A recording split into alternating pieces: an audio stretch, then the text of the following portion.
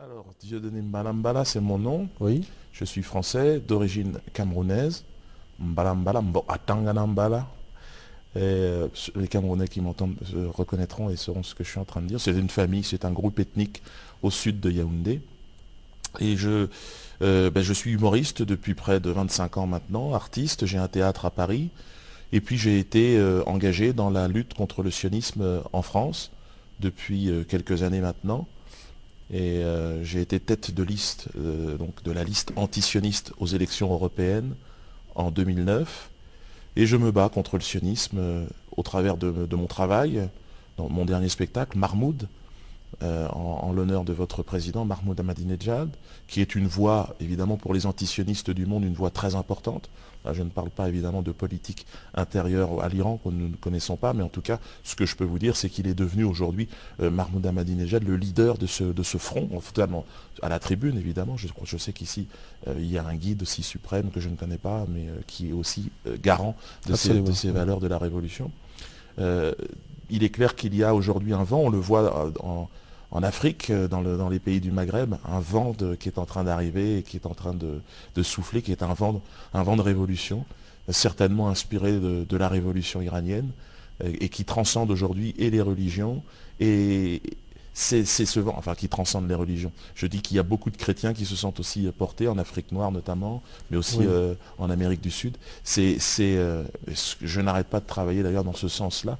Jésus était aussi un prophète de l'islam, et que cette révolution qui est en train d'arriver, eh bien, elle est portée aussi par des artistes, des intellectuels. Voilà. Effectivement, en France, il y a une grande vague aujourd'hui pour définir l'islam, l'islamisme. C'est très compliqué parce que le malin, évidemment, le sionisme, tente de récupérer aussi. En France, en Occident, c'est très compliqué de se repérer. C'est pour ça que je vous parlais du Christ également prophète de l'islam. Parce qu'il y a beaucoup de gens en France et dans les gens qui nous regardent dans la francophonie qui sont de tradition chrétienne. Ces gens-là doivent comprendre que Jésus était prophète de l'islam. Il a annoncé la venue du messager, Mohammed. Oui. Et il l'a anticipé. Et je pense qu'il est très important tout comme ce qui se passe aujourd'hui au Liban, que les chrétiens arrivent naturellement d'ailleurs dans l'islam, parce que c'est le chemin naturel de la révolution qui est en train de s'organiser. Les valeurs de l'islam, c'est les valeurs du Christ, c'est les valeurs pour tous ces chrétiens. Ce sont des valeurs de paix, de fraternité, d'universalité. Il n'y a que ce chemin-là qui nous conduira à l'unité. Et je pense qu'il a fallu énormément de patience, de courage, et de détermination et de foi pour que cette révolution iranienne perdure. Et aujourd'hui, elle est devenue un exemple dans le monde. Ce sont ces valeurs islamiques qui ont permis aux hommes ici de se structurer, de s'organiser et de résister. Là où, dans les pays occidentaux, nous nous sommes fait piller. Et le Christ a été d'ailleurs, la religion a disparu de notre système pour être remplacée par le sionisme en réalité, et les valeurs du sionisme. Je pense qu'il y a une jeunesse qui a besoin de changement, qui regarde l'Occident avec des yeux très émerveillés. Mais bon, il faut connaître et vivre de l'intérieur pour savoir que tout n'est qu'illusion en réalité, et que la liberté de pensée, de conscience n'existe pas là-bas. Bon, il y a Monsieur peut-être... Mbalam, pourquoi le régime sioniste est tant ennemi des valeurs islamiques et de la révolution? C'est l'opposé, je pense. C'est-à-dire que c'est le malin, le vice et le mensonge. L'islam, c'est la recherche de la vérité. Le sionisme, c'est la recherche de la manipulation et du mensonge. C'est la religion, enfin la religion, c'est une philosophie, on ne sait pas exactement ce que c'est en réalité, si ce n'est le vice, la perversion et le racisme. C'est l'opposé même des valeurs et chrétiennes et de l'islam. Les chrétiennes, profondément chrétiennes, encore une fois, je pense très important qu'il est aujourd'hui d'appeler les chrétiens à revenir dans ce grand mouvement de révolution. J'ai été dans mon époque, j'étais sous l'influence évidemment, moi-même d'ailleurs, de l'éducation qu'on m'a mis. Il faut savoir que le sionisme en France, ça commence dans les manuels scolaires. Fernand Nathan, il s'appelle, celui qui écrivait l'histoire pour tous les petits Français. Cet homme est un sioniste qui nous racontait l'histoire. Donc il a fallu sortir aussi de cette aliénation. Donc moi j'ai choisi l'humour, pourquoi? Parce que la matière première d'un humoriste, c'est la bêtise humaine, c'est le mensonge. Et au final, c'est le sionisme. Parce qu'il n'y a pas plus bête, il n'y a pas plus menteur que le sionisme. Le sionisme, c'est ce qu'il y a de plus plus mauvais qu'on a en nous. C'est-à-dire, c'est les instincts les plus bas. Le sionisme vous tire systématiquement vers la facilité. Il ne vous élève jamais, il vous écrase, il vous domine, et fait de vous un esclave. Et c'est pour ça que moi, par le rire, j'ai ridiculisé le sionisme. Et c'est pour ça que j'ai eu tous ces problèmes-là. C'est-à-dire, je pense que le sionisme est arrivé à un stade de pouvoir où il ne supporte plus. Maintenant, il veut avant, il ne se mettait pas la couronne sur la tête. Aujourd'hui, le sionisme, il veut tout. Il veut à la fois exister en souterrain et à la fois maintenant exister au grand jour. Et dire, regardez, c'est moi, Israël, je suis fort et je suis grand. Parce qu'Israël n'est ni moins que l'expression, c'est émergé de l'iceberg. C'est-à-dire, en dessous, c'est toute la planète qui est touchée et qui est infiltrée par cette maladie. Et donc, moi, en tant qu'humoriste, par le rire, c'est le seul moyen d'expression qu'on nous a laissé. On m'a dit, tiens, bon, c'est un noir d'Afrique, ben, vas-y, amuse-nous, fais-nous rigoler. Mais en réalité, je suis un combattant, moi, du rire. C'est-à-dire que mon rire, il est là pour libérer, il est là pour faire prendre conscience, au moins à ce pouvoir, qu'il nous reste une liberté, c'est rire. Et par ce rire, se libérer. C'est pour ça que ça m'est difficile de faire quelques grimaces parfois comme ça, sorties d'un contexte sur scène, parce que je ris pour me libérer. Je ris pour ne pas devenir cinglé dans ce pays, parce qu'on ne me laisse pas le choix. Vous savez, quand on est en France, vous apprenez à l'école le sionisme, ensuite vous travaillez pour le sionisme, et vous vous soumettez au sionisme, et ça devient même votre religion. Et vous devez toujours de l'argent au sionisme. Et vous êtes prisonnier, vous êtes esclave du sionisme. Mais dans le rire, ils n'arrivent pas à contrôler ça, parce que c'est le seul espace où les gens, même si c'est perdu d'avance, au moins, et bon, c'est dans cet espace-là que je me suis moi exprimé, mais ça m'a amené après à me battre concrètement sur le terrain politique, où j'ai compris que c'était le problème du sionisme. À partir du moment où il arrive, tout est faussé, tout est mensonge, c'est la triche. Un sioniste, c'est un tricheur par excellence. C'est-à-dire qu'en France, et je terminerai là-dessus, le mouvement antisioniste fait l'unanimité. Tous les partis de l'extrême gauche à l'extrême droite condamnent l'antisionisme. Donc vous êtes complètement exclu du champ. Il n'y a qu'en Iran, au Venezuela, et maintenant en Algérie et en Tunisie. Et c'est ce vent qui est en train de souffler. C'est pour ça que je m'adresse au peuple iranien.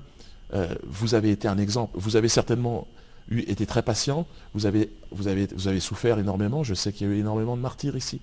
Mais en tout cas, vous avez été l'exemple pour beaucoup de gens sur cette planète.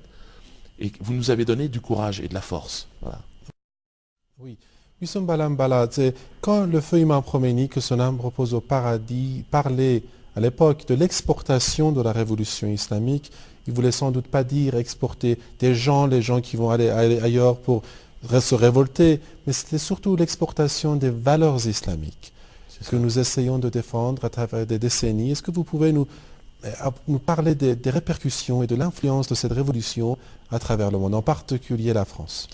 Les valeurs islamiques arrivent partout dans le monde. Et c'est pour ça que le sionisme développe une communication islamophobe aujourd'hui. C'est-à-dire qu'il faut regarder la télévision, écouter les discours politiques.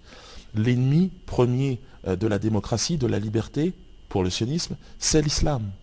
C'est pour ça que beaucoup de gens aujourd'hui beaucoup de chrétiens, les chrétiens, alors que le sionisme a tué le Christ. C'est le sionisme qui prétendait que Jésus était le fils d'une putain. C'est comme ça que que définit en fait Marie. Alors que dans l'islam, il y a un respect, non seulement un respect, mais Jésus annonce la venue du prophète, et donc, enfin la venue du messager. Et donc c'est pour ça qu'il y a énormément de travail à faire pour convaincre aussi, comme ça se passe au Liban, les chrétiens aujourd'hui, d'arriver dans ce grand mouvement islamique, qui est un mouvement universel. L'islam n'est pas une frontière. L'islam, c'est la porte vers la liberté. Il y a vraiment, on l'a senti ces dernières années, on est passé vraiment dans une phase de guerre médiatique ouverte face au monde musulman. Et la volonté est de diviser évidemment les chrétiens. Avant, les chrétiens ont été déjà dépouillés de leur religion. Les églises se sont vidées, Le sionisme, partout où il arrive, tente déjà d'enlever les valeurs morales du pays. Et puis ensuite, l'islam est arrivé, ce vent qui arrive et qui libère en fait les Qui populations. les étouffe, en fait. Oui, et c'est pour ça que de plus en plus de gens vont vers l'islam. Mais il y a une politique, une guerre qui est vraiment menée, médiatique. Vous pouvez le constater dans le discours des politiques, mais également dans les médias. C'est-à-dire qu'il n'y a aujourd'hui quasiment, il n'y a pas une journée où il n'y a pas l'exemple, une parole islamophobe. C'est-à-dire que dans tout, la carte d'entrée, la carte pour pouvoir s'exprimer, c'est déjà d'être islamophobe. C'est la seule façon de s'exprimer dans les médias aujourd'hui en France. Il y a quelques alibis, évidemment, toujours, quelques alibis déguisés en musulmans, déguisés en porteurs de l'islam, mais en réalité, c'est toujours le malin. Et c'est ça la force de l'islam, c'est qu'il semblerait qu'avec le temps, le message originel est garanti. Et c'est pour ça que, d'ailleurs, ici, le pouvoir est bicéphale. Il y a d'un côté des politiques et de l'autre côté aussi des sages qui observent et qui donnent leur avis. Malheureusement, en France, tout ça, ça n'existe pas. C'est pour ça qu'on est dans une situation où la guerre contre l'islam est devenue une priorité. Je pense que tout le monde est d'accord là-dessus, en tout cas en France. Le lobby sioniste est très, très, très présent parce qu'il y a une situation géopolitique internationale qui impose au sionisme de trouver un plan de repli, parce qu'Israël est un projet quasi terminé. Je pense qu'Israël ne survivra pas à cette décennie. Et donc, fatalement, les sionistes les plus hystériques, ceux qui ne sont pas ouverts au dialogue, vont être obligés de bouger. Et donc, ils vont certainement arriver en France parce que et le président de la République est un sioniste invétéré, et les médias, et la plupart des structures aujourd'hui d'État, des institutions françaises sont sous contrôle du sionisme. On a vraiment l'impression que le sionisme se prépare à bouger, en fait, et je pense que la France est un point de repli, peut-être intermédiaire, avant les États-Unis, mais bon, en tout cas, ce qui est certain, c'est que après Israël et les États-Unis, je crois que Paris est devenu aujourd'hui l'une des capitales du sionisme. Une question qui m'est venue à l'esprit, M. Mbala. Vous n'avez pas de problème en France, vous vivez en France et vous avancez ces propos très justes et très dangereux même, en tant que quelqu'un qui vit en France. Vous n'avez pas de problème? Bon, je dirais que parce que les sionistes n'aiment pas ça. Non, par rapport et par respect pour tous ceux qui sont tombés face au sionisme ici, je ne vais pas me plaindre. Mais je me suis fait agresser physiquement à plusieurs reprises. 4 sionistes m'ont agressé dans le dos, évidemment. Et bon, je suis tombé sur le sol, j'ai été roué de coups. Je me suis relevé, je me suis défendu. Je les ai même neutralisés. Ils se sont fait juger. Ils ont fait 1 mois de prison, mais évidemment, aucun média n'en a parlé. Je me suis fait agresser à d'autres, mais de manière générale, je ne me fais plus agresser maintenant. Il faut savoir que le sioniste est lâche. En plus de ça, moi je suis un combattant par la force des choses, j'ai fait des arts martiaux et je me défends.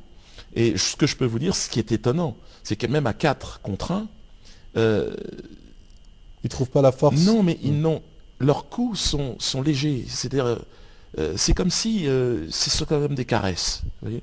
Donc, bien sûr que dans d'autres endroits du monde, ils utilisent des armes à feu. Tomber sous le sionisme m'importe peu. La mort sera plus confortable de toute façon que la soumission et que la condition d'esclave au sionisme. Donc, je n'ai pas à me plaindre. Mais ce que je peux vous dire, c'est que je suis interdit de travailler partout, mais je ne vais pas me plaindre. Je suis content d'être à ma place. Je suis content de voir qu'il y a aujourd'hui des jeunes gens qui bougent, qui prennent la relève, qui prennent le flambeau.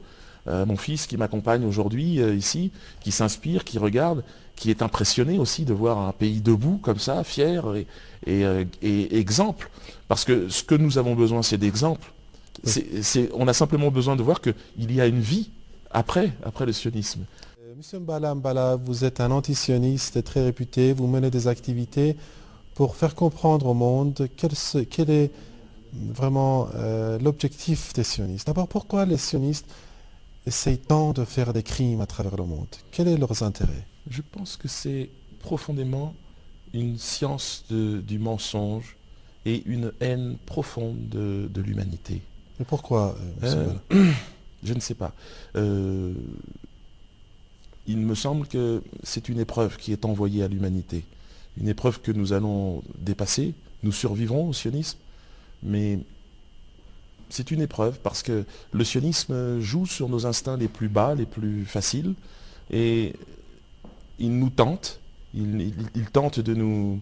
C'est la tentation dont nous parlait le Christ pour les Européens, parce que j'ai grandi dans cette tradition-là. Et il divise. C'est l'art de la dissimulation, du camouflage. Il est là où on ne l'attend pas. Non, c'est vraiment l'épreuve. C'est une épreuve qui nous est envoyée. Et je suis toujours surpris, parce qu'il est là où on ne l'attend pas. Mais il y a quelque chose de lumineux qu'il n'a pas au fond de son regard. Et donc, une fois qu'on a l'habitude de le combattre, on le ressent. On ressent le sionisme dans le discours et dans le cœur des gens. Pour terminer l'émission, je demande à M. Mbala de résumer sa pensée et donner un message à tous ceux qui nous regardent, en 1 minute. En 1 minute, moi, je vais essayer d'être très bref. Je pense qu'effectivement, l'heure est venue à un front plus large de s'unir vraiment contre le sionisme. Les musulmans doivent tendre la main aux chrétiens, et les chrétiens qui sont aujourd'hui perdus doivent rejoindre l'islam ouvert, cet islam moderne qu'a lancé, enfin cette révolution islamique qu'a lancé Imam Khomeini, qui est une perspective en fait très très large, très universelle, qui concerne en fait la planète tout entière, tous les continents, se battre contre l'injustice, et l'injustice elle a un nom, elle s'appelle le sionisme.